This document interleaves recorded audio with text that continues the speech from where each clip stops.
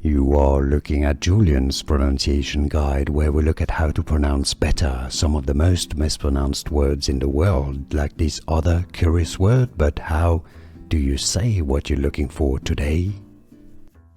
Let's learn once and for all how to pronounce those two words correctly in British English and American English. If you want to learn more confusing vocabulary, make sure to stay tuned, alright? So the top word here is sure.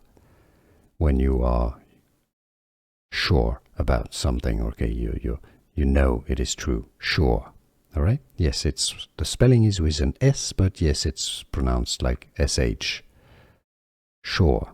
Now the bottom word is pronounced sure. British English says it as sure. In American English, sure. Okay, so it's an O sound. The top word has an sound, sure. It's a sure sound for the top word. I'm sure of it. Now, the shore is what's next to the sea, for example, or a river, the shore. All right, sure, shore. Yes, I'm sure.